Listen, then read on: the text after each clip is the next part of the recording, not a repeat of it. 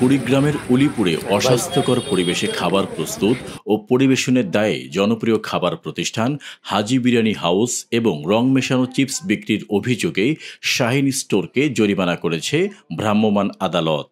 জানা গেছে, সম্প্রতি হাজি বিরিয়ানি হাউসে এক গ্রাহকের খাবার প্লেটে চুল পাওয়া সংক্রান্ত সংবাদ বিভিন্ন গণমাধ্যমে প্রকাশিত হওয়ার পর বিষয়টি নজরে আসে বাংলাদেশ নিরাপদ খাদ্য কর্তৃপক্ষের। হাজি বিরিয়ানি হাউসে অত্যন্ত অস্বাস্থ্যকর পরিবেশে খাবার প্রস্তুত ও পরিবেশন করা হচ্ছিল। এ কারণে নিরাপদ খাদ্য আইন 2009-এর 45 ধারার বিধান অনুযায়ী প্রতিষ্ঠানটির স্বত্বাধিকারী রিয়াজুল ইসলামকে 10,000 টাকা অর্থদণ্ড প্রদান করা হয়।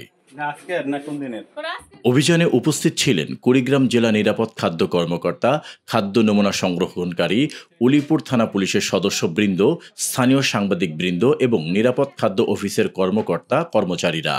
এছাড়া একই দিনে উলিপুর মধ্যবাজারে অবস্থিত শাহিন স্টোরে রং মেশানো চিপস বিক্রির অভিযোগে নিরাপদ খাদ্য আইন 2009-এর 42 ধারায় দোকান মালিক শাহিন মিয়াকে 5,000 টাকা জরিমানা করেন ভ্রাম্যমাণ আদালত।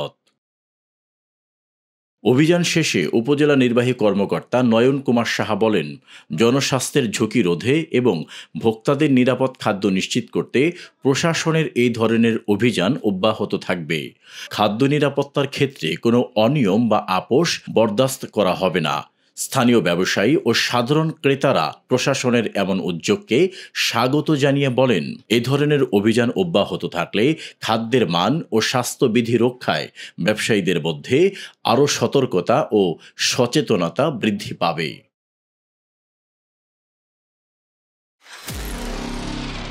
নিরপেক্ষ, সত্য প্রকাশে আপোষহীন।